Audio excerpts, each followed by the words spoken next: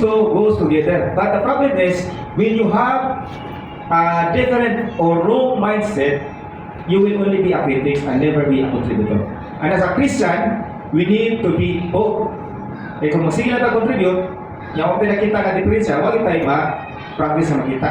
So that's why, okay o normal lang na natin istorya ng lapan. Kaya kung hindi na ito na istorya, hindi ba naman sakto?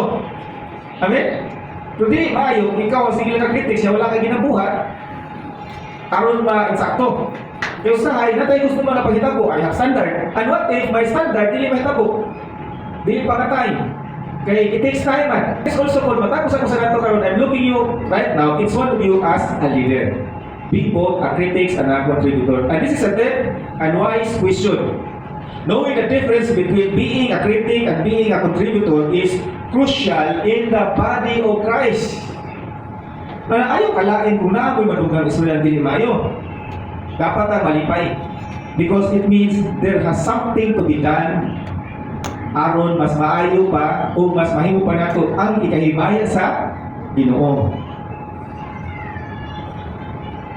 The Bible challenges us not just to point out problems, amen, but to build others up in the love and truth. Dili na kay kita mupuna sa problema, kung dili po di ay mangita ta kamagi nga mahimo butan solusyon sa problema.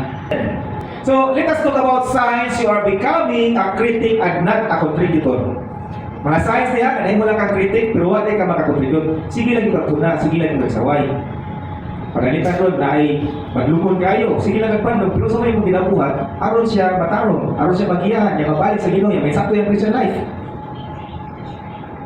That's the challenge. And the reason why God is letting if you see those weaknesses, those struggles, those indifferences, na kay duha ka posibleng mabuhat ang challenge.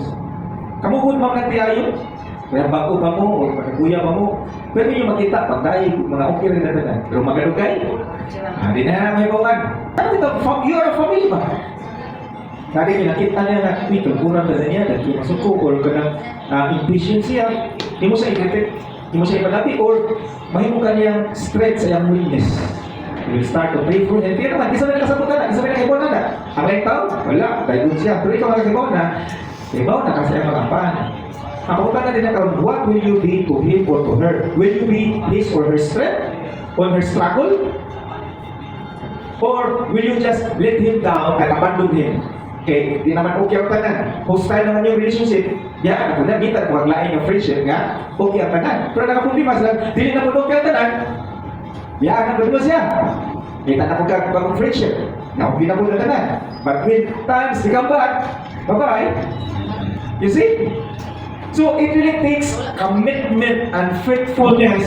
And despite ang makita niya mga part of diferensya, sa iyong kabaton, you need to be faithful. You need to be committed. You need not to abandon someone because Jesus never abandoned us. So let's talk about signs of becoming, that you are becoming, at tagawan niya kasi paunan ni ikaw. Gusto nang taga niya, kaya repentance niya, my God, ay may resolution, mo pala ito para patayan kasi nagunaw na taga, yan, mauna dahil kita.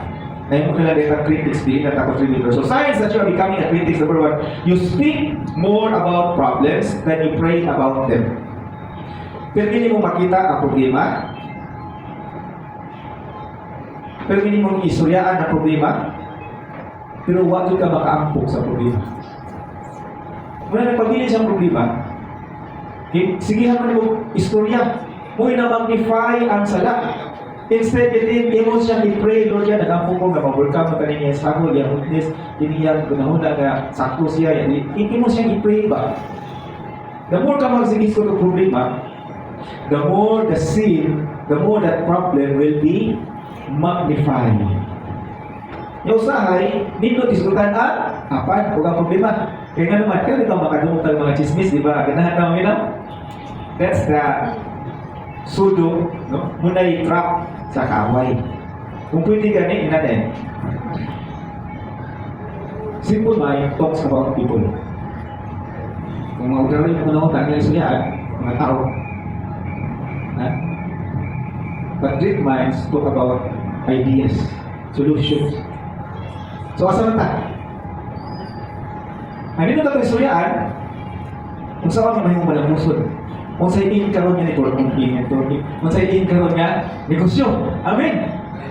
Kung sa maayo karon niya, pagnabuyan niya, click. Philippians 2 verse 14 to 15. Do everything without grumbling or arguing so that you may become blameless and pure. So muna yung number one sign sa critical ka, you speak more about problems than you pray about them. So constant complaining. Constant complaining without constructive effort or intercession shows a critical spirit. Pero hindi natin makita ang apan, ang problema, ang diferensya, ang sayop sa uban. And that's what wants the devil for you to see. So that you will be hurt, so that you will become bitter, and so that you will become distracted serving God.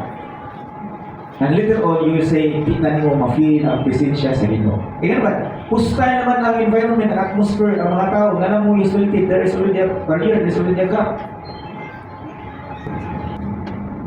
Be the solution to the problem that you see.